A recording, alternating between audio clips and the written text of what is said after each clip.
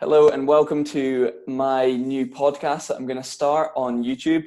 It is called Not Just Another Bodybuilding Podcast because it actually just is another bodybuilding podcast.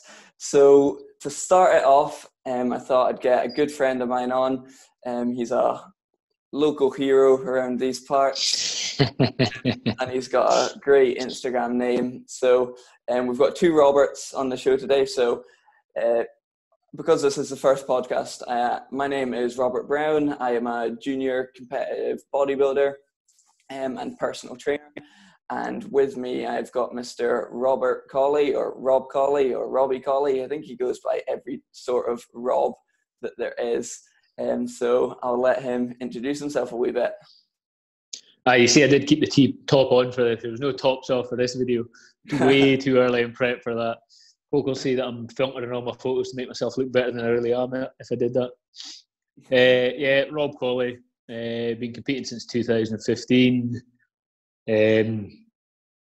Live up in the north of Scotland with Rob here, tiny wee town in Elgin, so nothing too exciting around here. But yeah, been competing since 2015, roughly 10 shows across a few different federations, so still very much an amateur myself and still learning the ropes, as it were. Yeah, so the reason that I wanted to get Rob Collie on here is because, like I say, me and him live up in the north of Scotland in Elgin, and the amount of people that actually want to do bodybuilding is it's a very small number. So to have someone like him that's interested in the same thing, likes bodybuilding, keeps up to date with bodybuilding shows, and is a natural competitor, is just really good to have up here. And we've actually formed a friendship just from both competing, and it's good to know that there is other people around us that are doing it, which I didn't think there was until I came into the sport. But we're not going to mess about too much. We're just going to get straight into the questions. So how do we think of some questions to let you guys get to know Rob a wee bit? So the first question is nice and simple, and something that I don't think I fully know the full story is how you got into lifting, not as much bodybuilding, but how did you get into wanting to lift weights, and how did it all come about? So I'll let you start off with that. Yeah, no problem at all, mate. For me, the lifting probably came as this is every other bodybuilder there's ever been. From growing up, the action hero on TV was none other than the man himself, Arnold Schwarzenegger. And it was just an obsession for before I can remember. You know, seeing him in these films, seeing his physique was just something that just spoke to me more than just the action movies. I could just looking like that, being that big, dominant male figure was something that just naturally appealed to me. To this day, my granny actually tells me that one of my first words as a kid was I could say Arnold Schwarzenegger. And I can't even say that now. That was just, I know, I can barely say it now, but that was that was one of my things. She'd say, what are we doing today? And she'd like, and I would say Schwarzenegger, and I would just want to watch his film. So simply because of that, that was what promoted me into getting to lift weights. But I say lift weights, it was the classic every day's arm day, plastic dumbbells in your room, just curling all day long, because that's how you get biceps like Arnie, and that's all it was. From there onwards, I was never particularly big as a kid. I was a fat baby, 9 pounds 9, but as a kid, I was relatively small. I'm not particularly tall, but I played football, I played rugby, so naturally you found yourself in the gym, sport specific, to get stronger, to get quicker, especially playing the rugby, being a physical game that it was. It just pushed you towards the gym, and it was only then being in the gym that you realised that was actually my passion. You know, there is that saying that some people were just born to the iron, and quickly you realise that, you know what, I enjoy the training more than the sport. And, you know, I still love rugby, still love football, but it was the training that just really spoke to me, where I felt most comfortable. And then it just really took itself away from there. Yeah. So, and you were saying, I think that's a lot of people they find when they get into bodybuilding is as a team. I know I was the same as well. You were always told to get into the gym, and then you soon discover that the gym is almost more fun and more rewarding than the actual sport. But it's such a contrast, bodybuilding as it is to football and rugby, because in football and rugby you play every single week. You can get that winning feeling every single week. Yeah, pretty much, it's a very good point. compared to bodybuilding, where you can potentially work, I'm sure we'll touch on this later, but work for 6 months for, as you say, that 10 minutes of glory. And you might, or potentially this season where both of us are in prep, don't even know if the shows are going to go ahead. So we could have 9 months of slog, 6 months of slog in a deficit, feeling shit, and not even get to step on stage. So exactly, yeah, very unique. Yeah, very unique. So you actually were quite good at football and rugby, weren't you? You actually managed to get somewhere. I suppose I was probably a better rugby player than I was a football player, but my passion's always been football, and I'm a massive football fan. That being said, I was quite fortunate. You know, I captained the school team, played for the local second division side, Elgin City, right up the youth groups. I was, in all the teams. I even made the bench for the first team a couple of the times without actually getting on, which was always a bit of a shame. But again, all the kind of skills that I brought to the football field were, I was quick, I was strong, I was fit, I was hardworking, all the things that, translate really well into bodybuilding. I probably wasn't, a very technically gifted footballer. Nothing of it came naturally to me. But it was that traits that then fit into bodybuilding, which made me have success in football.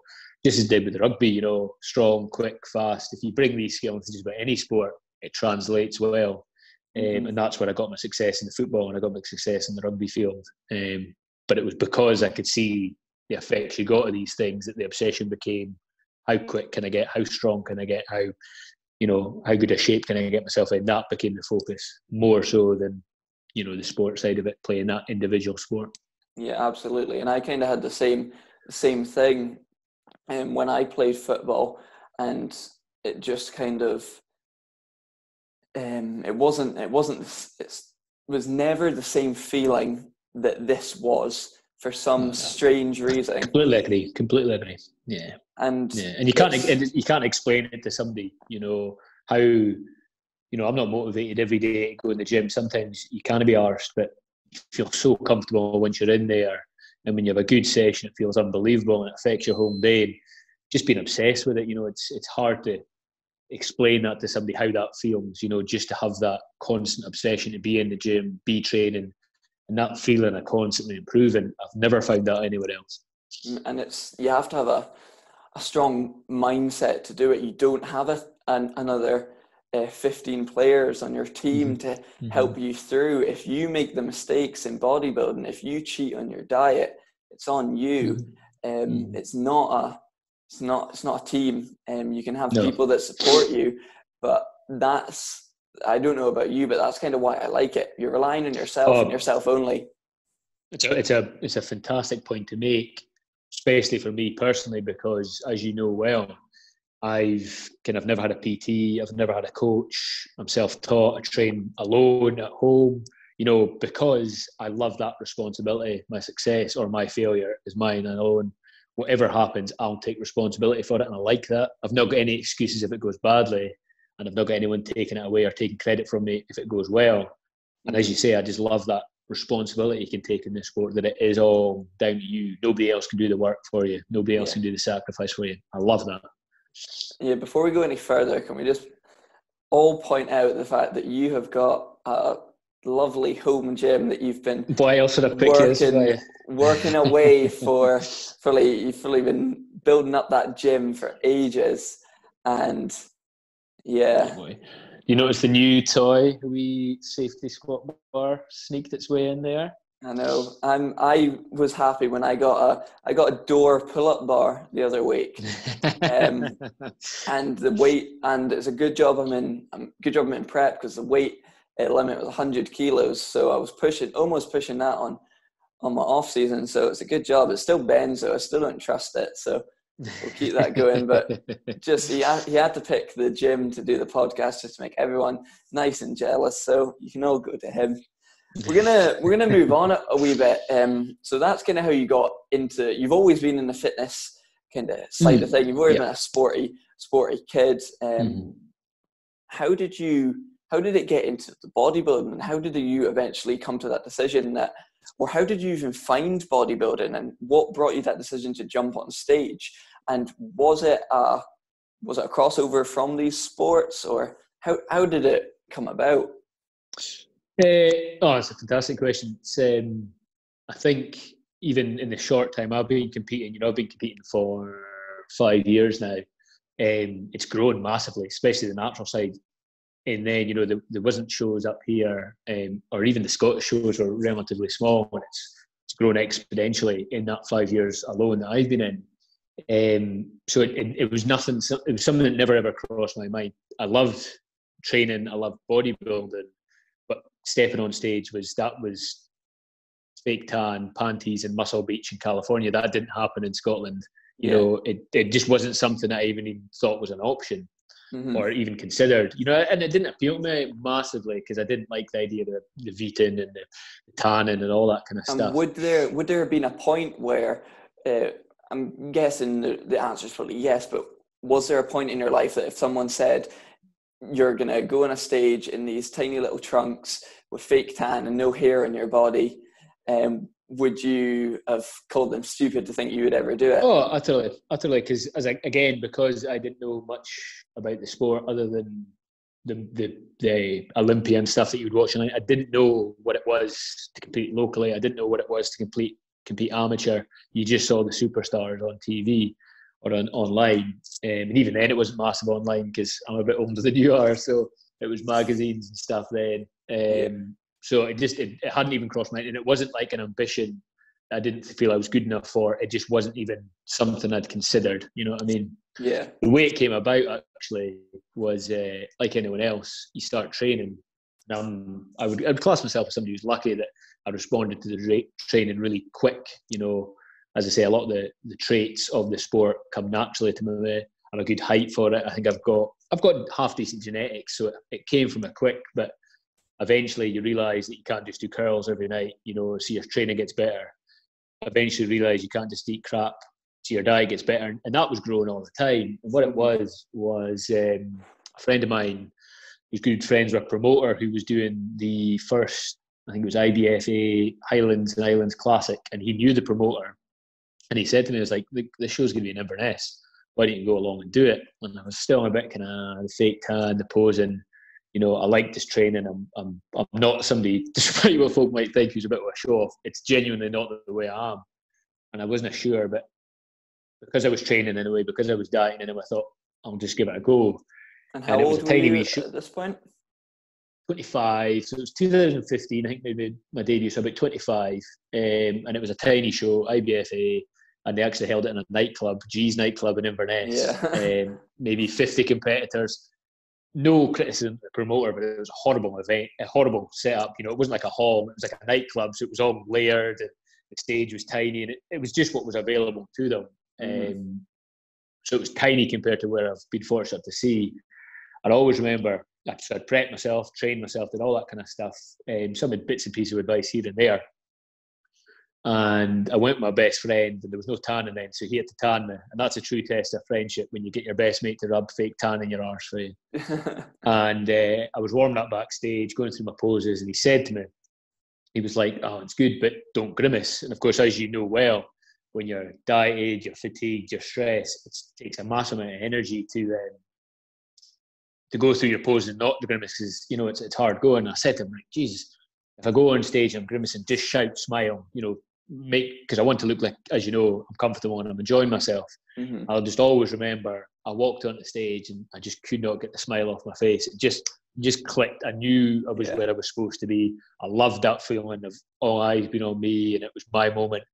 And I just knew for that moment that I wanted to compete as much as I could and for as long as I can, and that I'd stumbled across my passion. It was just a real trigger moment for me.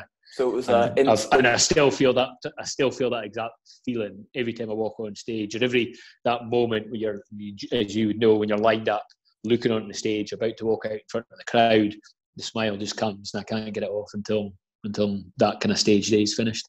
Yeah.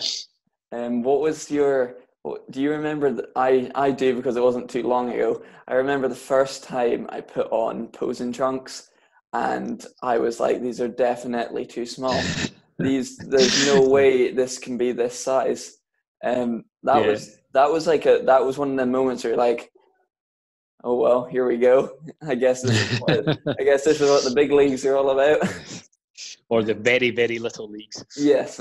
Very little pants. Yeah. No, and that's the thing, that I used to think they were small, and I think ever since then the pants have only got smaller. Which is even worse. That I thought they were small then, but now I'm just getting smaller and smaller size pants. Yeah. Even more on show. Exactly. That's what they want. I mean, if that's what they want, then who are we to not give them that?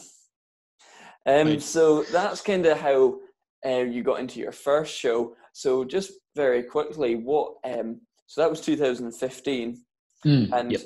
Obviously I know the answer to this, but how did your kind of competition season go through that? So just run us through everything that you kind of done, and how you progressed through the kind of ranks.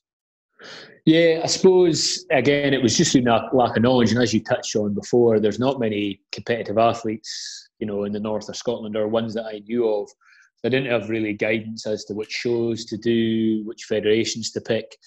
So it was just kind of flying by the seat of my pants, to be honest, seeing what kind of popped up on social media and then going for it there.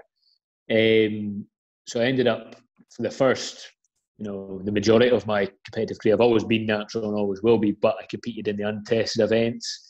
So I competed with IBFA, UK BFF, and a few of the kind of individual and kind of standalone competitions, but it was never tested because I just didn't know enough about them, or didn't even know that was a real kind of option. Especially if you want to do local shows, there's nothing. Aberdeen's The not nearest tested, Inverness isn't tested. The nearest natural show to us is Perth, and then Edinburgh.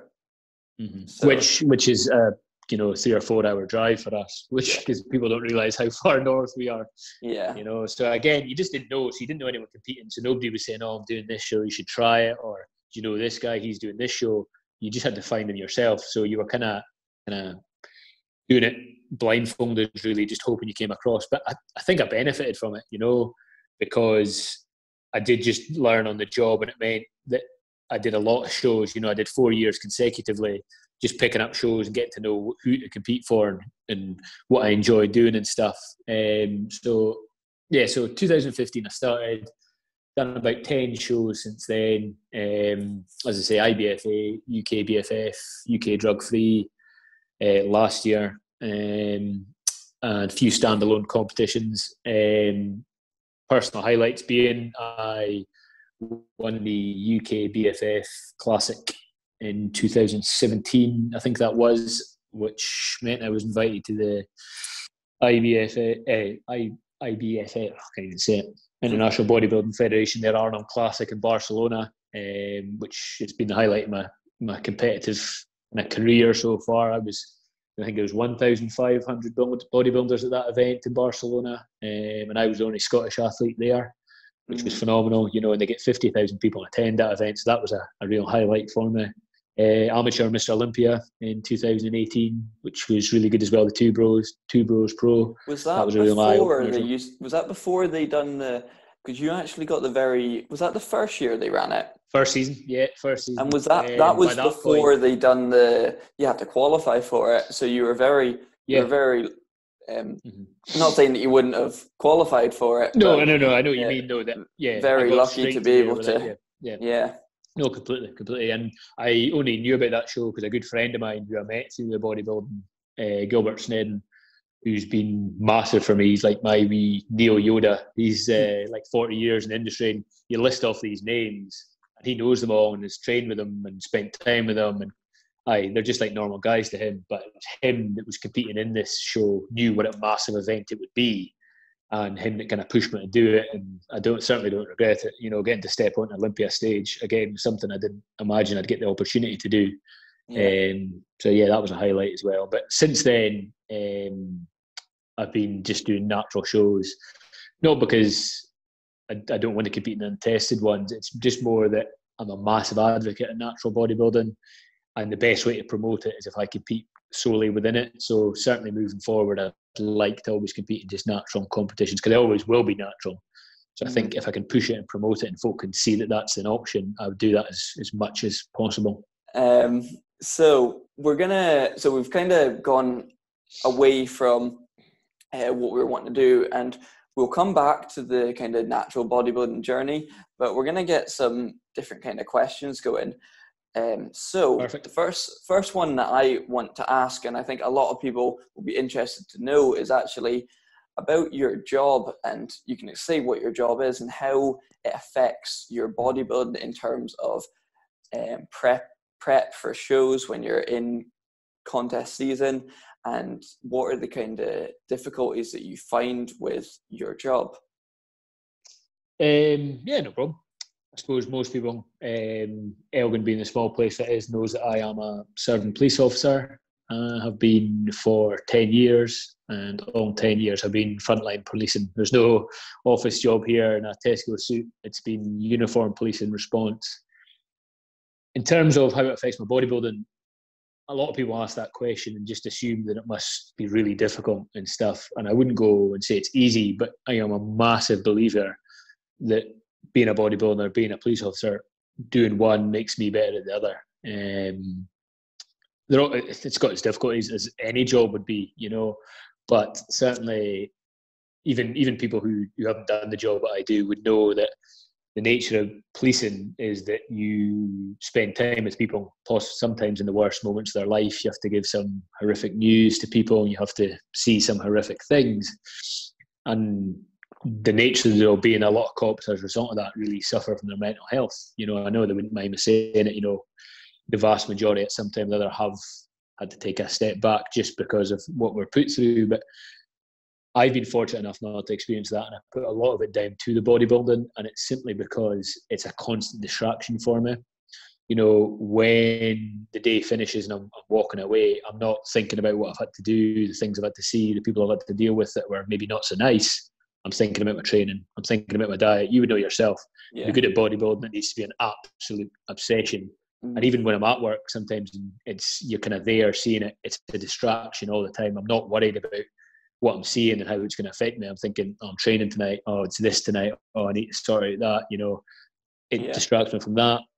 From the other point of view, as you know yourself, prep can be very testing. You know, the diet fatigue, the anxiety you feel, kind of lack of sleep you sometimes experience. You know, just being tired all the time.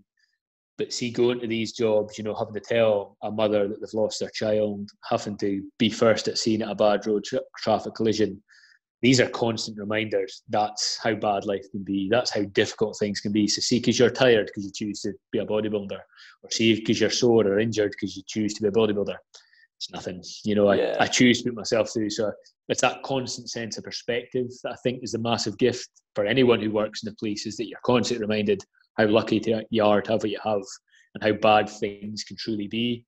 Mm-hmm. And when you apply that to a bodybuilding mindset, you know, I never ever feel down on myself, or, you know, not to be too critical of people, but I know a lot of people who maybe they're a bodybuilder themselves, their partner's a bodybuilder, and their careers in bodybuilding, and you hear them say, "Oh, I'm not in a good place just now. I'm not in a good day." No fucking idea. You know, you're so in your own wee world that you just don't realise what's outside the bubble because you're feeling a bit tired or because your session didn't go so well.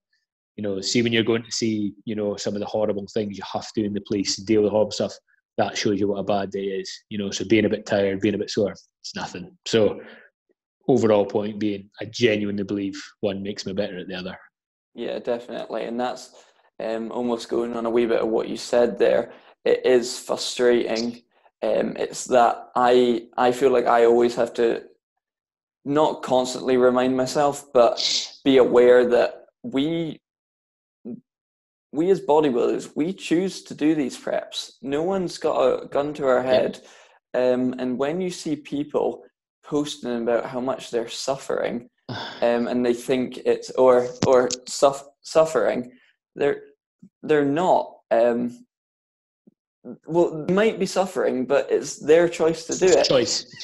If they're that bothered about it, just pack it in and admit to yourself that you're not cut out for this.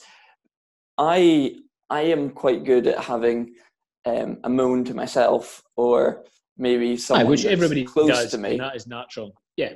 But I'll never take it to social media because, No. like I say, it's our decision, and some people just need to realize that, and you don't want to just take get out it your out bubble. on people. Just get out your bubble. Mm-hmm. Yeah, just get out your bubble and stop realizing that. Like, I love the suffering part of it, you know, and I think a lot of bodybuilders do that. That pain, that suffering, that struggle is why we do it and what we gain from it. So I'm a big advocate of the man who suffers the most gets the best results. You know, prep bodybuilding is as much, see how much suffering you can endure. Well, That's it's like what you always say, the worse you feel, the better you tend to look. Oh, definitely. Victory is found in the effort you make, not the result, you know. So if I know that I'm tired, it probably means because I've trained hard and I'm in a deficit. If I feel comfortable and feel fine, I'm worried. I'm thinking I'm doing something wrong. I feel like I'm cheating myself. You know, that suffering is what I want.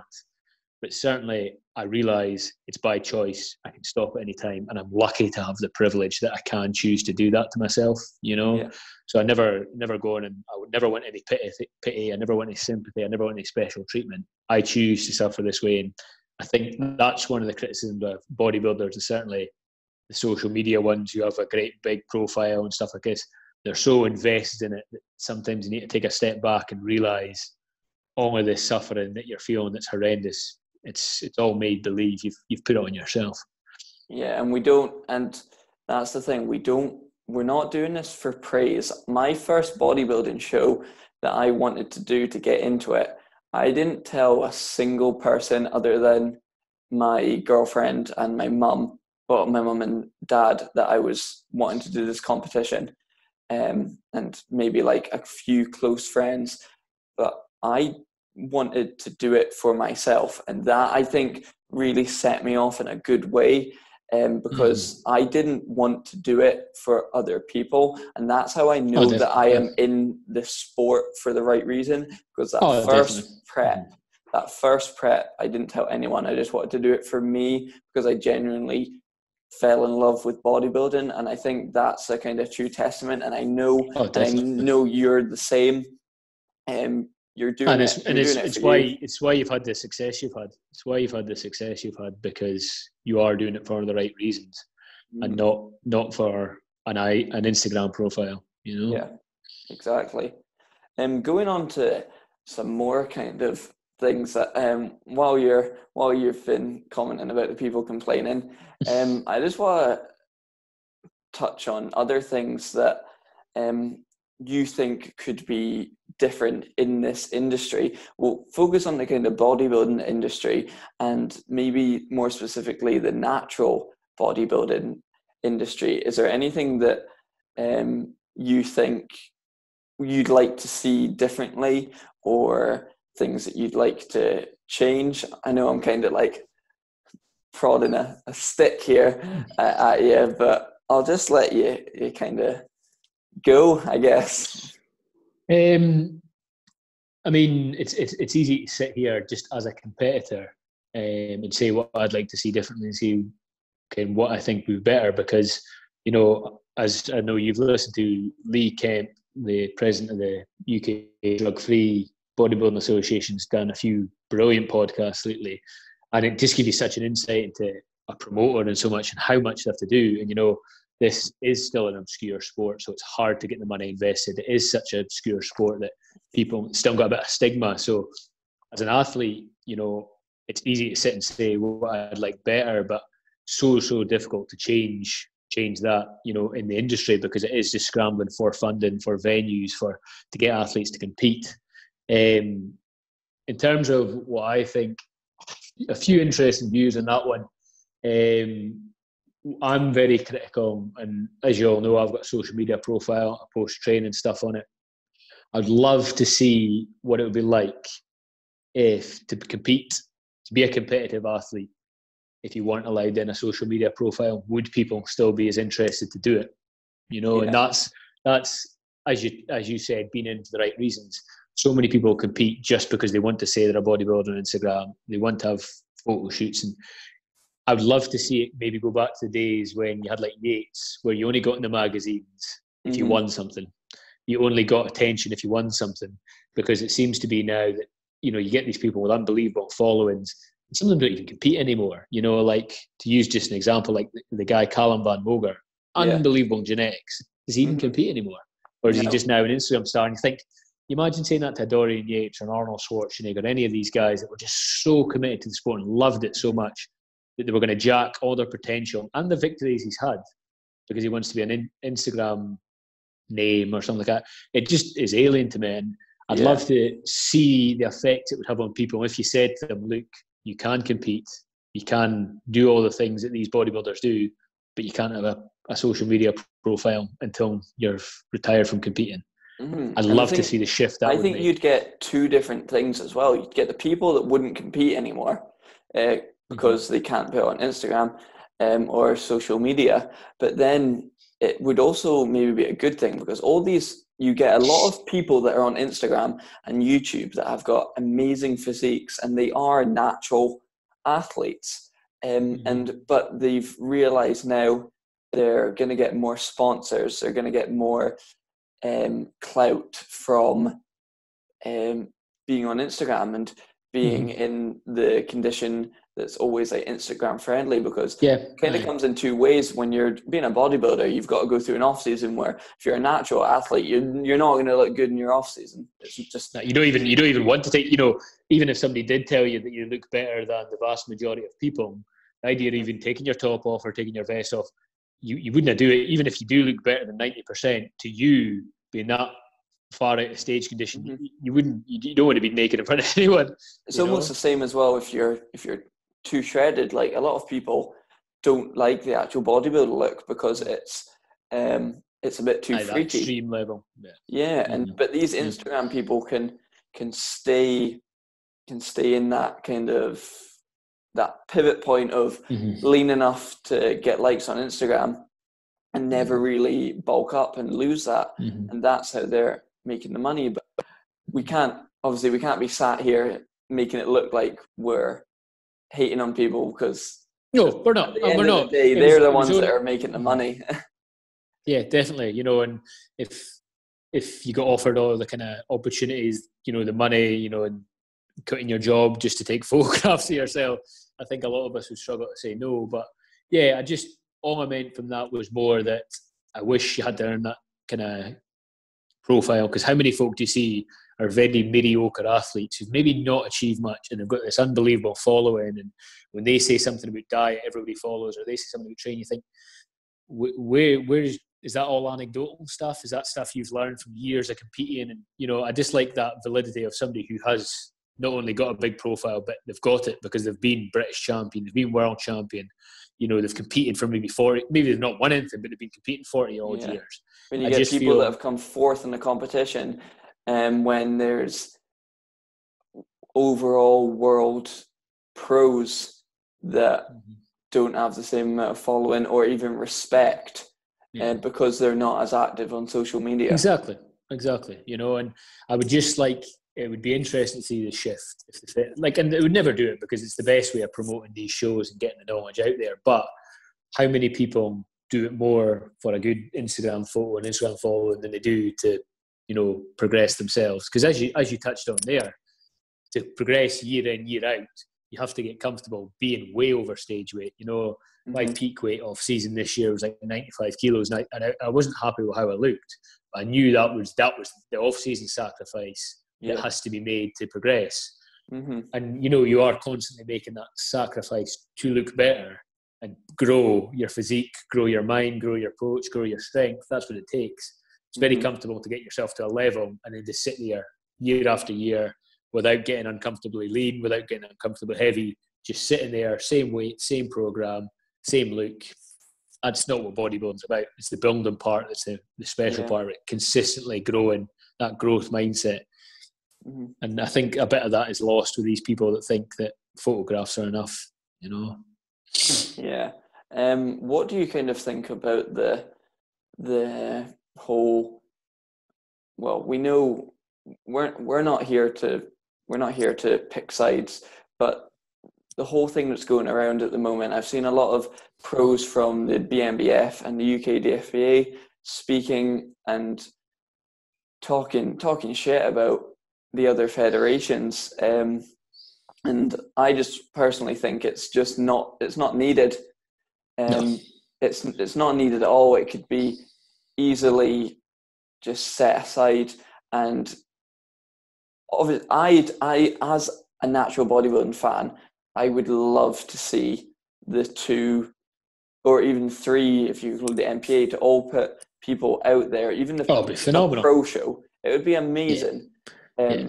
But what do you kind of see on that? I know I mean, it's as you say, you know, this sport's difficult enough without, you know, kind of hostility between federations. We want to see natural bodybuilding grow to be as big as these untested events, because there's no doubt they're bigger stages, bigger prize money, bigger crowds, bigger venues.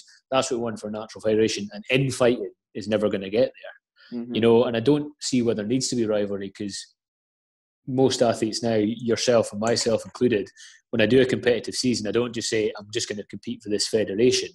You know, it's a lot of suffering, a lot of time, a lot of effort to just compete in one qualifier. So you naturally do UK drug-free, you do BNBF, you do NPA.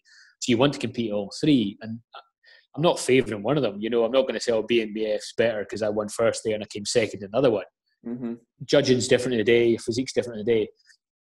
Yeah, they should all be different, and they might have a slightly different favour. The judges might favour the bigger, fuller athletes at one federation. Another federation might go for conditioning. That's not a bad thing either, because then it's not just maybe one champion for all 3. You're getting different looks. You're getting the big, strong, but maybe a bit flatter look. And then with another federation, you're getting leaner, sharper, but maybe not as big. And that's, again, it shows individuality. It shows that there's a different approach. And I like that. And infighting never benefits anyone. Yeah. And it's a shame that you could feel that if you're having real success at one, that's automatically going to mean you're going to be shunned at another one, because they're like, oh, well, he's the champion for them. We're needing our own champion. That's a shame. And and it's definitely not. We both know the federations don't hide it. They're not profit-making organizations. No. They both put the money straight back into the sport in different ways. Like for example, the BNBF, they have a great setup with their lighting rigs and their photography and filming and their stages. They really create a really nice platform for natural bodybuilding. And then you've got the UKDFBA that send people away to the worlds for free, pretty much. It's incredible, isn't it? So incredible. they both put that money back into the athletes, and we both know they're not in a position where they can create wars and they can't make people choose, because if it looks from the outside that they're not getting on and people feel like they need to pick because their pros are the ones that are running their mouth, and you feel like, oh, I don't like what they said, so I'm not going to compete there. I don't think they can afford to lose competitors. No, because instead of having 100 competitors that compete at both federations, you'll get 50 with one and 50 with other, and then that just means you're losing 50% of your gate. You know what I mean? I know it's not as black and white as that, but all you'll do is both federations will lose out, and it's not a big enough sport with enough money that I think either of them can afford to do that. You know, we as bodybuilders want as many opportunities to step on stage as possible. So the more federations there are, the more opportunities to compete. You know, if you maybe don't make worlds with one, you get another opportunity in worlds with another. That's all good stuff, you know. So we've got to remind ourselves when we start picking and choosing sides, doesn't profit the athlete, doesn't profit the federation, and could only eventually lead to one of these businesses stopping. And then you've only got one option, you know, and then that's very limiting, you know, for someone that takes a lot of time, effort and sacrifice. Yeah. Just out of curiosity, what do you prefer in terms of the way that I know you've never personally competed with the BNBF, but what do you think about the different ways they do it? Would you rather have a night show, a pre-judging, and then a night show, or do you like it all done in one? I've always wanted to ask you this, and what do you kind of think of the way they do it? I probably I'm not the best person to ask for that one, simply because whenever I've competed, it's always been kind of prejudging, almost straight. Like with untested ones, you'd get a bit of prejudging, but you're only talking like when I did the Arnold's. There wasn't much time difference between it. It wasn't like very early in the morning till late in the evening. You know, it was, you would come on, do a bit of prejudging, you'd maybe an hour, a couple of hours, and you were back on again. So it wasn't really that different. But so I kind of enjoy that. And I think maybe it's worth doing that if you've got if you've got so many athletes, and it's to give athletes a break and they can wind down a bit. But generally, as you know yourself, you want to peak.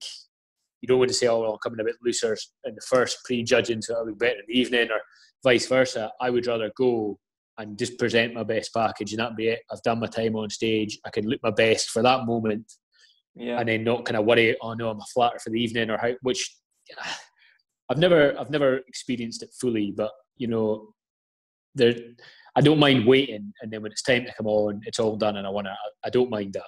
You know, I don't mind that, but whatever suits the federation best. You know, there's nothing worse than it being overcrowded and you don't get enough time on stage, or you know, you're kind of shunted to the front and shutting off. Like I've been on when I did the Arnold's, there was like 50 people in my category alone, and that wasn't even just classic. That was my height category within classic. Yeah. So you came up in sixes and back, and came up in sixes, and that was done as a kind of winner. So the time was limited. And if they'd done prejudging and evening, you probably could have got way more time on stage, and you could have argued a fairer kind of bit of judging. But again, I'm quite happy if it's all in one day, it's all in one kind of go. That really doesn't bother me too much, you know. It's almost good to see though now that you're saying about one day. We've got natural bodybuilding competitions now running over 2 days. It's good for us because our days aren't as long competing. But it's good to see that we're actually creating that many competitors that we're having to split up over days. Brilliant. And it's I think it's easier for spectators as well, because I've been there, you know, when I was at Olympia, it was like between registration and competing was something like 6 hours, and I was 2 hours late for my category to go on. I'm not going to blame anyone apart from all these men's physique that take bloody ages to prance around. But there was so many physique athletes that it took so long, and you're like, people are coming to watch you, and asking somebody to wait 6 hours until you go on the stage is maybe not ideal.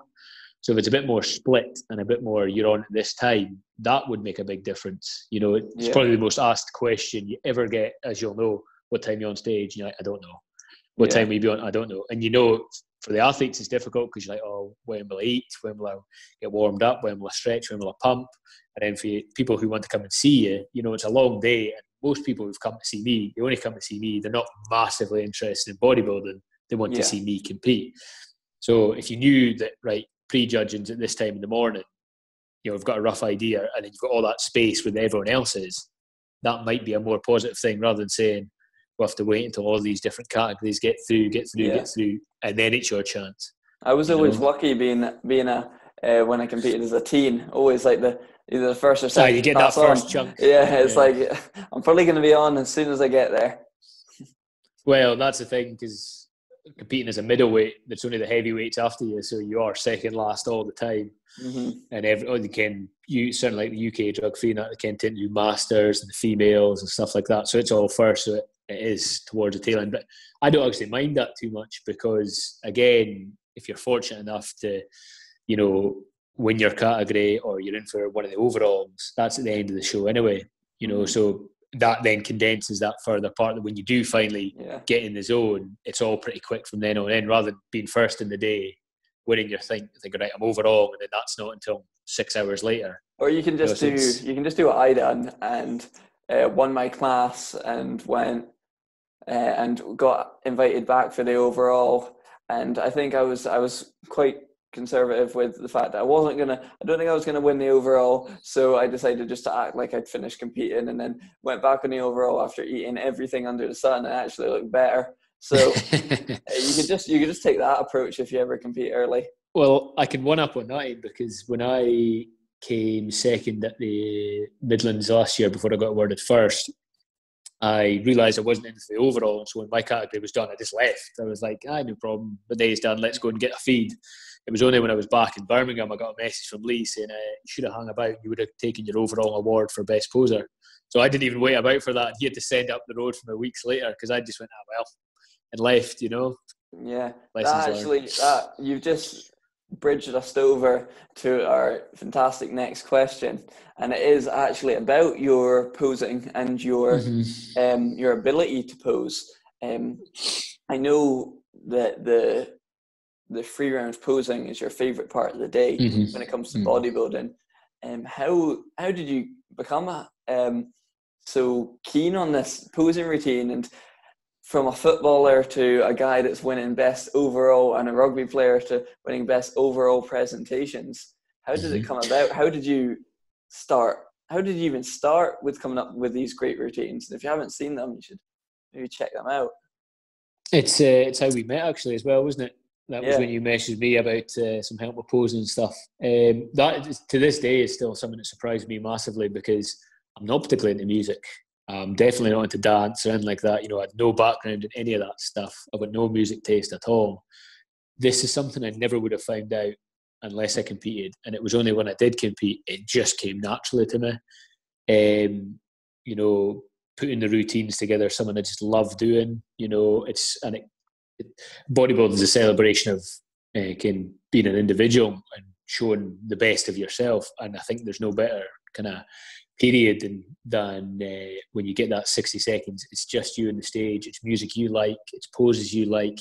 It's just a wonderful opportunity. And I think it's probably one of the biggest crimes in bodybuilding that I see so often is people rush it. Even the mandatory, sometimes people don't want to do it.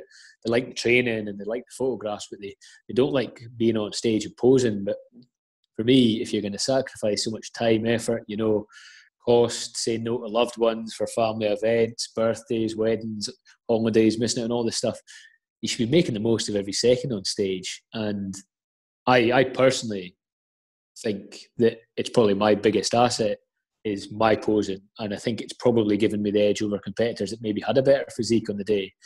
And I think that starts from the minute you walk on stage, truly embrace why you're there. And that smile won't come away, and every movement you'll do, you'll enjoy, because you're not trying to hide it. And I just think, my advice to anyone was just, as everyone says, just practice, get it so it's fluid, so every day, even when you're just standing in between sets, I stand and pose, and I don't regiment it. I don't say, no, you will do this. I put on music I like, and I'll just move to the music in between, and everything just flows and becomes natural. And I think if you just calm down, relax, and just enjoy yourself, and you can tell, you can tell when somebody's enjoying it, and you can feel that presence. And that's one of the kind of nice things I've heard on stage, is that I've got a massive presence, and it's because I've got a big smile. It's because I walk with confidence, and it's not because I think I'm better than anyone else. It's because I've pushed myself so hard that I know I couldn't be any better.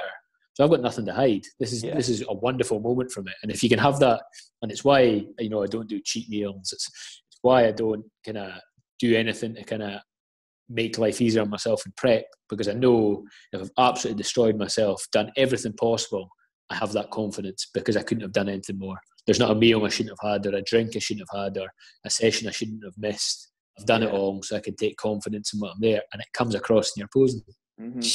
And because of that, you're a big fan of the classic look.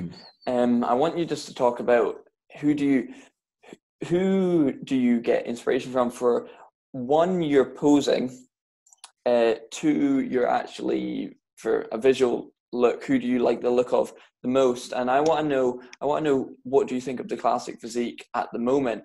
I know we've had a conversation about, well, maybe just start on this. Well, maybe just have a conversation about George Peterson. I remember it was at the Olympia last year. Me and you were having a big conversation of how, and me and you both said we don't actually like we like his physique, but it's not. He's a phenomenal bodybuilder.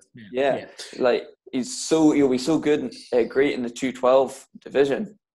And that's I have so much respect for him, because he's won things as classic, and he could have continued to win things at classic, but he almost acknowledged himself that he is a great men's open bodybuilder, depending on weight, but he's not a very natural classic physique bodybuilder.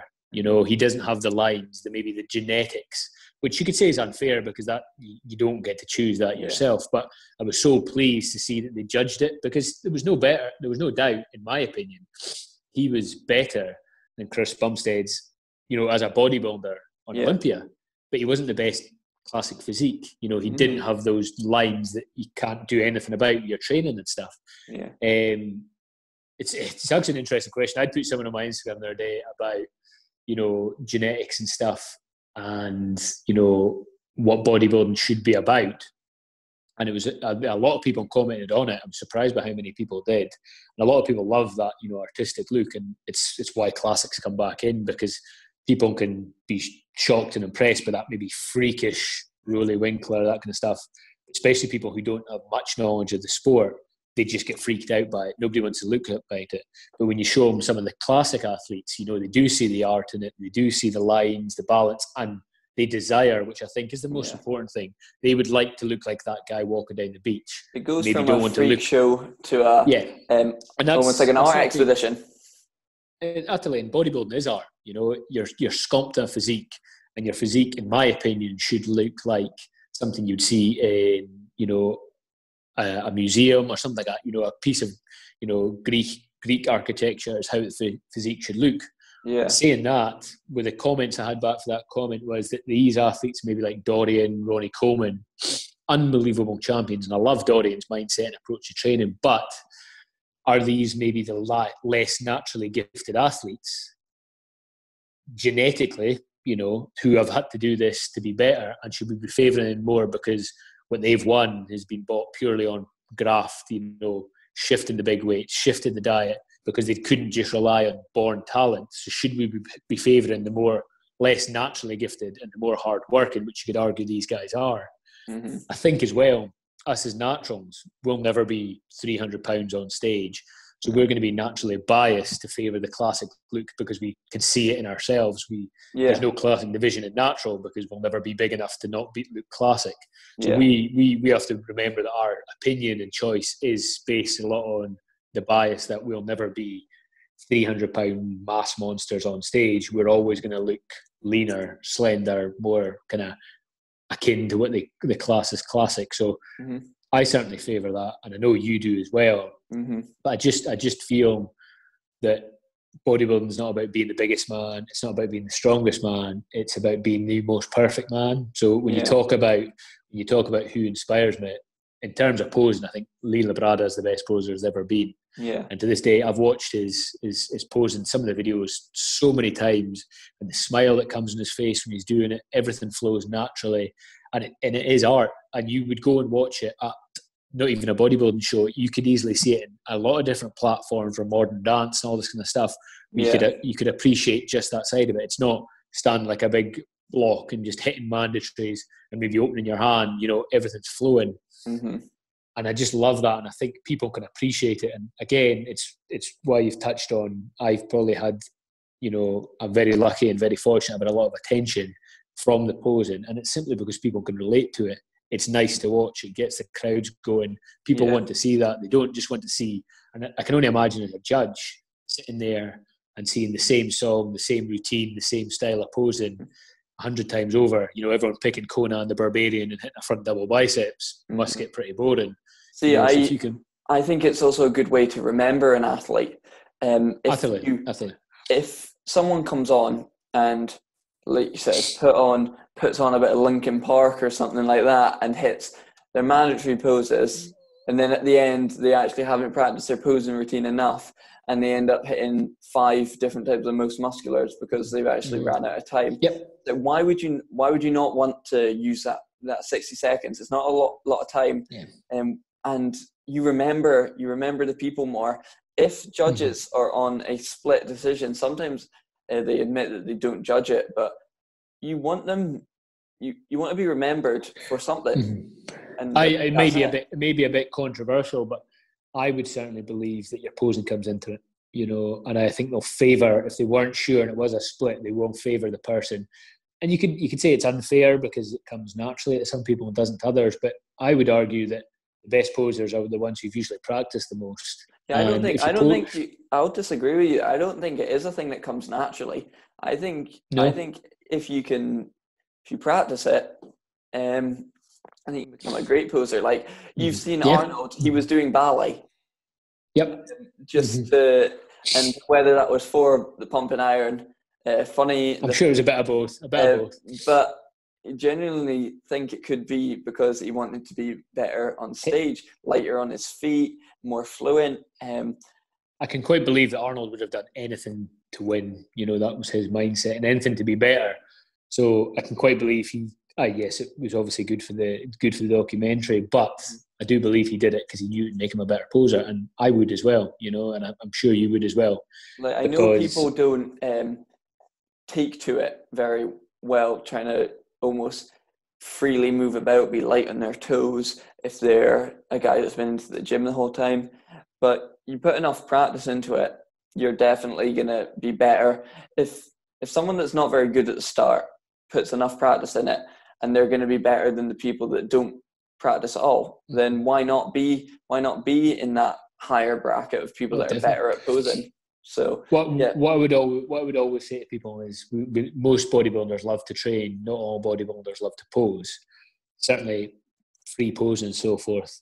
But you know yourself, anyone who's trained any length of time, if you said to put an inch on your chest or an inch on your quads, how many years of training and diet and everything like that just to get that kind of 10% better. I'll tell you what, see if you pose badly, you'll lose that inch. But see if you pose well, you'll see that inch, and that can be as little as or where your gain hips another are. inch. Yeah, exactly. You know, turning too far to the side, and you can lose all the gains that you've been training for 2-3 years away from stage to come back to improve it simply because you're tilted too far. So why not do everything possible so that you're showing your physique in the better, and your back could be bigger than the guy next to you, but because you've posed poorly, you've not shown it in its full extent, and the guy beats you on that pose. So why would you waste all that time and effort by not putting a bit of time aside to do your posing, you know? And tell you what, your enjoyment for it will just go through the roof. Yeah, because you won't be worrying, oh, where am I doing? What am I doing?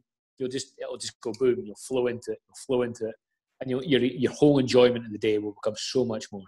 We always hear as well people that they say they grow when they take their clothes off because they're that good at posing. One person, there's quite a few that I've noticed it. One is Stephen McDonald at the BMBF finals last year.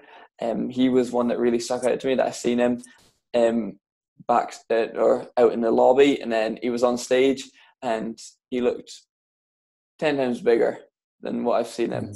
And it's just because he was working with some of the best kind of posing coaches out there, just to help him. It's you can't stress it enough how much a difference it can make just putting that bit of time aside, because it will take you so long to make these gains, especially when you've been competing a while. But get the pose right and you'll look to your best. You know, you will be showing every inch you've grown, as opposed to potentially hiding something that you've had to sacrifice a lot to gain. So what I know you helped me with when I was first starting to get into it, just so people can get something out of this topic we've been talking about. What advice would you give to people that are maybe struggling with their posing routine or want to make a bit more of a statement? What would you do? One bit of advice I would say is pick a song that you connect with in a way, and you like, that's familiarized. It'll help you learn it, and it'll be just easier to practice. But I remember saying the exact same thing to you, because again, some people don't like it, some people will do. But see, when you see an athlete singing along to the song, you can see they love it, and it just adds to the whole drama of what you're seeing. And I can't imagine why you would pick any. You know, you could say, "Oh, this song sounds powerful," or "I've seen this athlete do this song, so I'll do it." But you're ruining that individuality there. You know, it's another opportunity to show what kind of music you like, and that's brilliant. You know, and if everyone's doing dance music, and you suddenly do, you know, a love song or a bit of classic music, you'll stand out. And a big part of bodybuilding is simply standing out, because you'll get more attention. The judges will look at you longer. So, and as you say, it becomes a lot more natural. I'm a big believer. I mean, the obvious one is practice. You know, doing it every morning when you get up, doing it before you go to bed, doing it in between sets, getting used to it. I would advise you watch a lot of these guys, and if you were to ask me who, I'd say like Lee Labrada, Bob Paris, Ruff Diesong's one of the more common ones, more modern ones. Get used to watching these videos, especially the classic, the golden era stuff, seeing these guys pose. They'll show you so many poses you never even knew about it. In so many ways you can adapt it. Muhammad El Bakawi, these guys, get in the habit of watching them. You hear different types of music. You'll see different kinds of poses. And another thing I would say is get used to doing it in front of people. So whenever I pose, whenever I get into prep, I start posing in front of my partner. I do it in front of my family. I'll do it in front of anyone who will ask me, because even then I'm used to, I've stepped on stage in front of quite decent crowds, but doing it in front of that one person, and you get nervous. You become really self-conscious, and see the more you can make that seem every day. Brilliant, and then just start filming yourself. Film it, watch it, do it again. Film it, watch it, do it again. But get your partner to film it and watch it for you. Get their opinion, and just get comfortable doing it in front of people. Stop hiding away and saying, "Oh, I'll do it on the day." If a fucking work colleague wants to have a look at you doing it, then do it, because what they're going to do, laugh at you. But that's fine, because that's one person. You're going to have a crowd of 100, 200, 300 people on that stage. You're not going to feel embarrassed if you're so used to doing it in front of people that it becomes second nature. So get happy doing it in front of people, not just doing your own in a camera. I'd say as well, don't always rely on a mirror, because there's no mirror on stage. So perfect, it's that one thing. People say practice makes perfect, but when it comes to posing, it's like perfect practice makes perfect. And what the other thing I would say is, don't get too comfortable in knowing you were very kind and said how well I'm known for my posing. And I know it's something that I'm known for, but every year my physique changes, so the way I pose has to change. Every year I might get leaner, or I might get harder. That adapts. So don't get comfortable thinking I know how to pose now. As your physique changes, you'll have to change to show it off. I might have previously had a chest that I wasn't so proud of, and I would pose in a certain way that maybe showed it in its best light. But as it improves, I can then pose a different way to make it more obvious that it's now a strength. So you have to continually adapt how you pose based on how you grow. And last thing I'll say is, don't hit a vacuum if you can't hit a vacuum. It's not classic if you can't do it right. Yeah. So we're kind of coming close to the kind of hour mark. There's a few things I was wanting to hit in just before we go. One of them I did pre-warn you about is so, because we live in a place that's bodybuilding's a bit how would you describe it? Obscure. Yeah. You get a lot of naysayers and people that are a bit negative about it, and people that just want to put you down. And we've had a lot of people, you've probably had over your time, commenting on your natural status. I just want to know what you kind of think of it and why. I mean, I always joke, I think you said it once and I've just ran with it, is you've got a natural physique with IFBB arms. So I think that's the reason why people don't think you're natty, because they always see your arms, and they are probably some of the best in the amateur ranks that I've personally seen. Disproportionate. Again, it's tiny head. Never hear the end of it. As you know, I'm fortunate enough to be sponsored at Sun Sups, and you've worked there for a spell, and people have come in and told my sponsors that I'm not natural. Being a police officer, you can imagine the abuse we take on a daily basis, so it's something that gets thrown at me a lot. And I've even had it when I trained in commercial gyms. My best friend overheard people talking about it at the gym and said there was no way I could be natural, or I'm natural now, but I used to take before, and I've now just holding on to what I gained from there. In one manner, I take it as a compliment, because they're not going to say it if you're a beanpole. They're acknowledging the fact that you've got muscle. They're acknowledging the fact that you're bigger than most people. So I've always taken it as a compliment. The second part of it is it's probably a bit of ignorance, because there's not a lot of bodybuilders walking about Elgin. Yeah. It's not the norm. So you look way and above the norm, and you associate that with, well, if you're way bigger than everybody else, you must be assisted.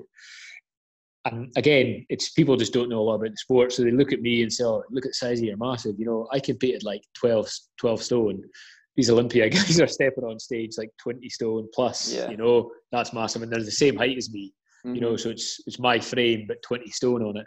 So so we don't even scratch the surface of being muscular compared to these guys.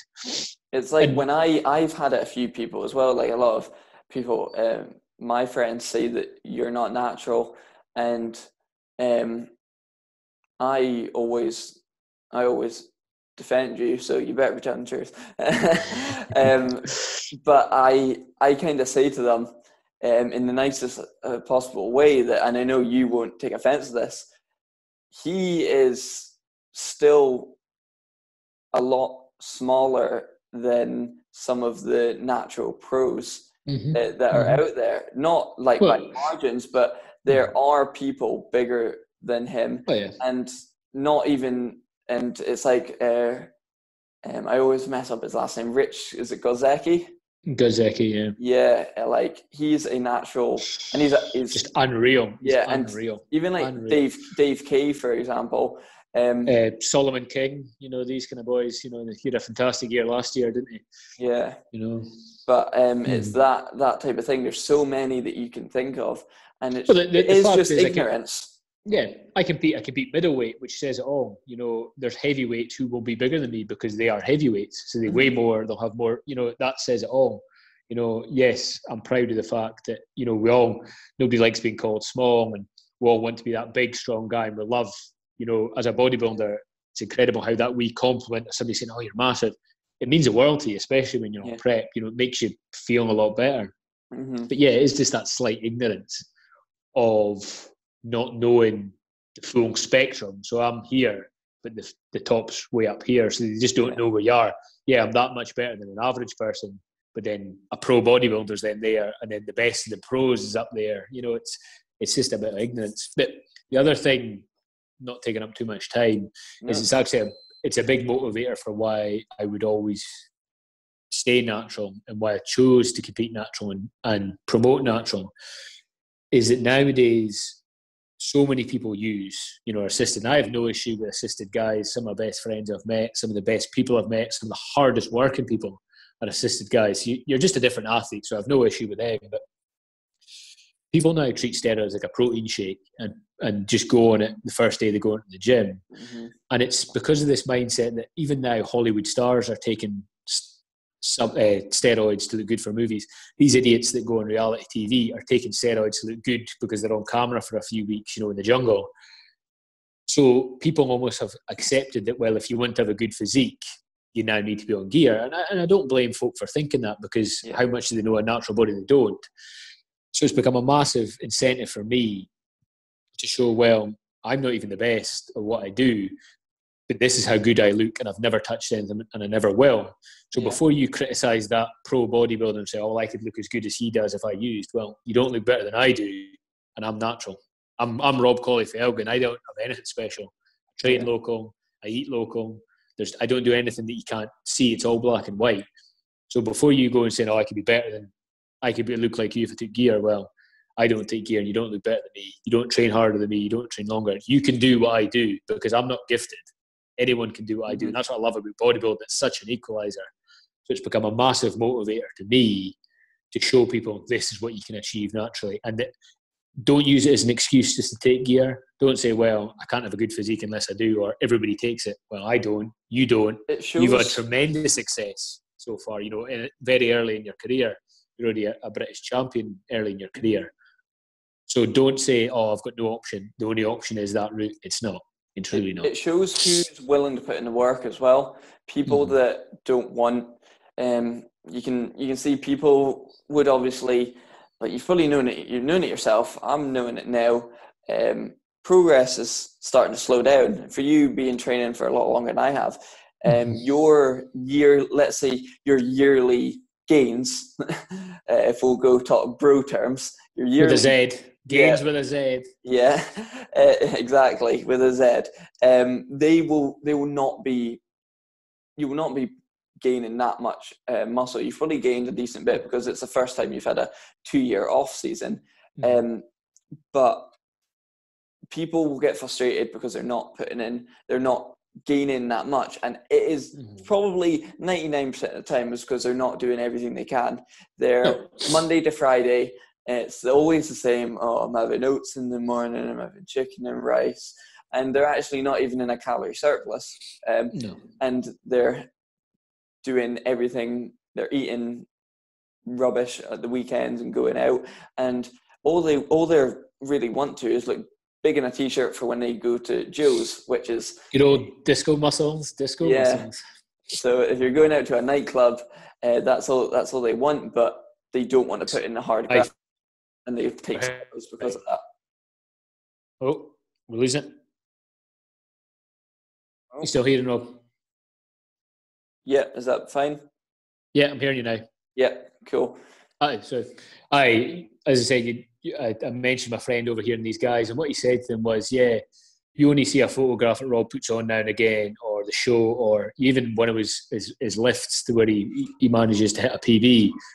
My best mate's been there. He's seen me at my worst, when I've got chronic fatigue and I can barely stay awake, when I've got horrendous injuries. He's been there. He came out to Barcelona.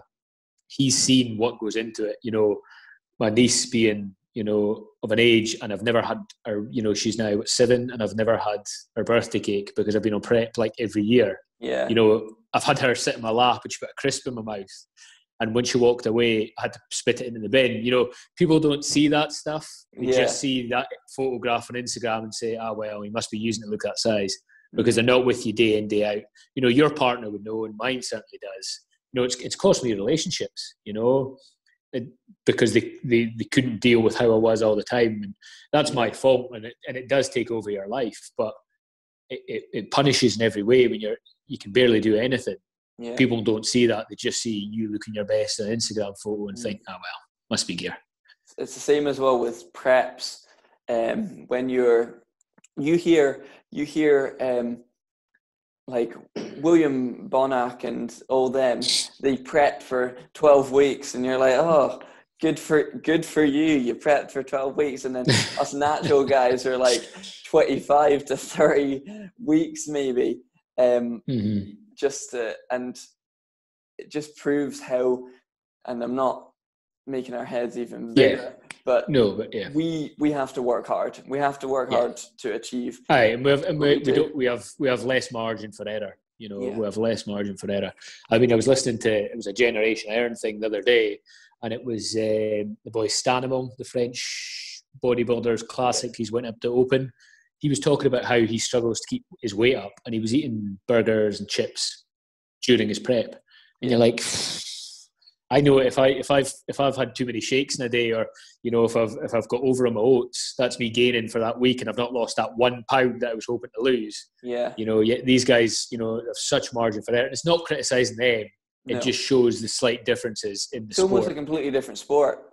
It is. You're a very different athlete, and that's why, again, listening to these, there's been some really good podcasts out lately, and it was Andy Chappelle, and he was saying, how Coach Andy, a lot of the guys who are assisted, they maybe don't know as much as the natural guys in many ways, because you have that margin of error, because you're assisted. It can assist you with your diet, or it can assist you with growing. Yeah. Maybe your diet doesn't have to be as strict. Your training doesn't have to be as strict, because you don't have to worry about the minutiae so much, because you've got this whole other side that you can manipulate, and it will change your physique so much, Yeah. So I think both sets of different athletes can learn from each other, but it's not a case of they're the big daddies and they know it all and we are secondary to them. A lot of the natural guys, especially the ones that have been in the circuit for a long time, could teach a lot of stuff to these guys who are maybe assisted. And the thing is, we're inspired by natural athletes, but most of the content I watch is assisted guys, just because. And it doesn't matter who I watch. If they've got a great mindset, I'm going to watch them for motivation. And I am a firm believer, and I hate it when people say, "Oh, they're on steroids." So you can't be Mr. Olympia, or even get to the Olympia, or even win a pro show, or even turn pro. You'd struggle. Do anything without. You can't do anything without that work ethic, and you have to be regimented, and you have to really work for it. So it's not. So anyone that maybe is listening to this because they know me or you from Elgin, and they are under the impression that steroids make the bodybuilder. It doesn't. They just assist. Just a different athlete. Different athlete. That's all. I mean, I mentioned earlier, I love Dorian Yates' mindset, and I watch his stuff all the time. My favourite poser was Lee Labrada, who's assisted athlete. My favourite bodybuilding book was by Mike Metzner, assisted athlete. Arnold Schwarzenegger is my hero, assisted athlete. So I have no issue with these guys. They're just slightly different, and it's a very, very personal choice to be natural. Yep. But as you say, it doesn't make the bodybuilder. It doesn't even come close to making the bodybuilder. So just to wrap things up, one thing I just really quickly want to make a point about is mental health in the sport. So me and you were both big fans of Luke Sandow.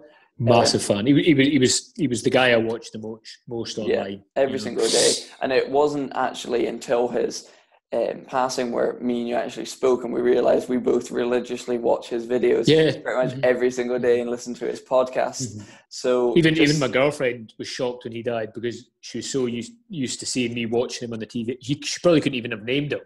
Yeah. She was so used to seeing that character on my TV before I trained. I loved watching his videos. Yeah, it's the same here. So just a thing that he did unfortunately take his own life. And I don't know if you maybe want to point out anything about your job and what you see, and just how important it is to just speak out, and especially in this sport. It's not, we mentioned earlier, it isn't a team sport, but just to speak your mind and try and be as positive as you can. If anything is getting too much, just to reach out and speak to someone. We're all great guys, even though we're bodybuilders. We might be moody and prep, but just speak out. I think, you've hit the nail on the head, and no more needs to be said with that. That it is an individual sport, but we're human. And I think that was a comment I made to you afterwards, was we held this guy in such high esteem that almost in our minds he wasn't human. He was so good in training and his mindset and approach that we had him down as almost like a god. He wasn't human, and we always think, and somebody at work who doesn't know a lot about bodybuilding said, aren't bodybuilders very mentally robust? And you know what, we are, but it shows we are human, and any one of us can be struck by it. And I've obviously, a large part of my job now is helping those who've got mental health issues, and the backlash of what happens when people don't control their mental health and it takes over for them. But anyone can be affected by it, and it's not like it's hard to understand until it hits you. I've been very fortunate; it's not something I've struggled a lot with.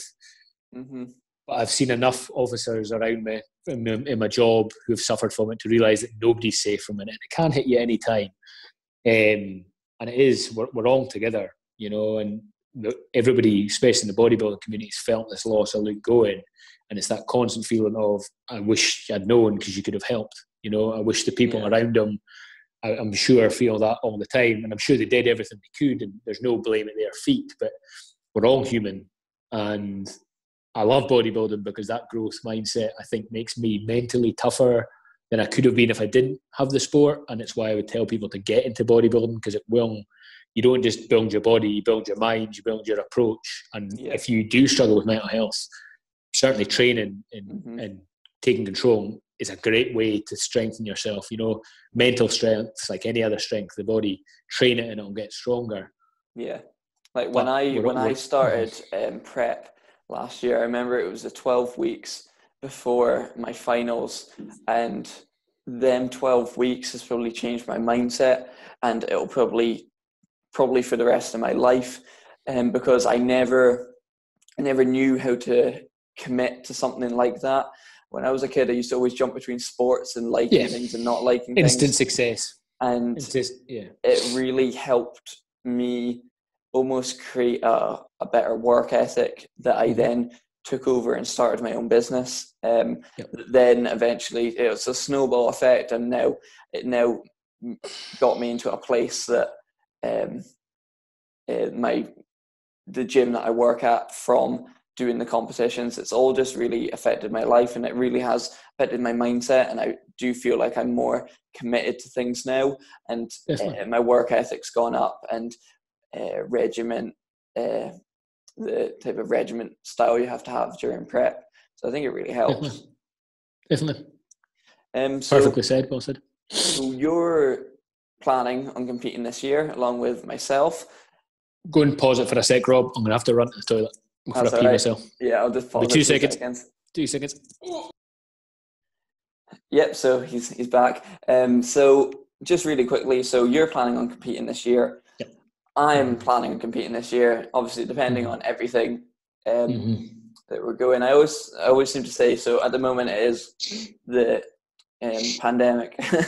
We're in lockdown with coronavirus type of thing, just in case people do decide to watch this podcast in 2 years' time and they don't know what we're talking about. I doubt it, but there's always that possibility. So you hit the heights in. Yeah, so this is us. I don't even know how many weeks I'm in. Do you know how many weeks you're into prep?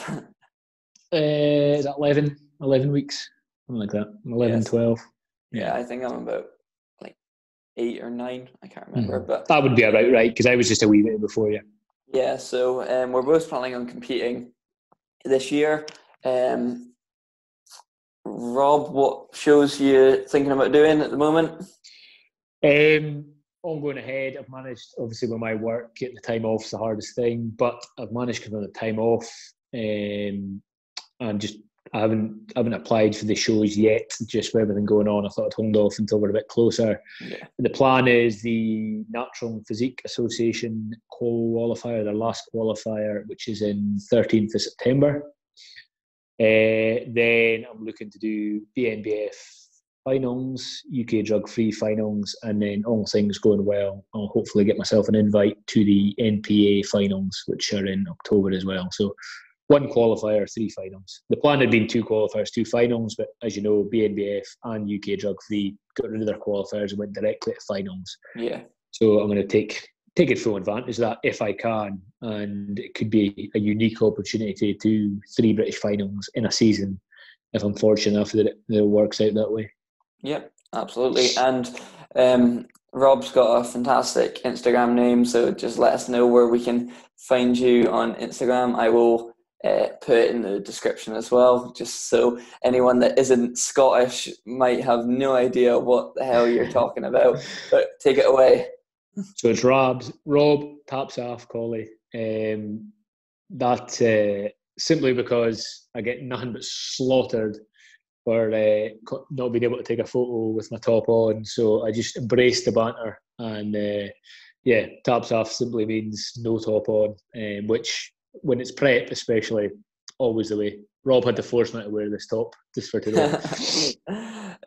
So thanks very much for coming on and kickstarting this podcast career, we'll call it. I really enjoyed doing it. It was brilliant. It's great to speak to you as well, because obviously we haven't been able to see each other for 7 weeks now, and especially with prep starting, I think we both kind of said that we're maybe going to do this prep a bit more together, because we finally got someone.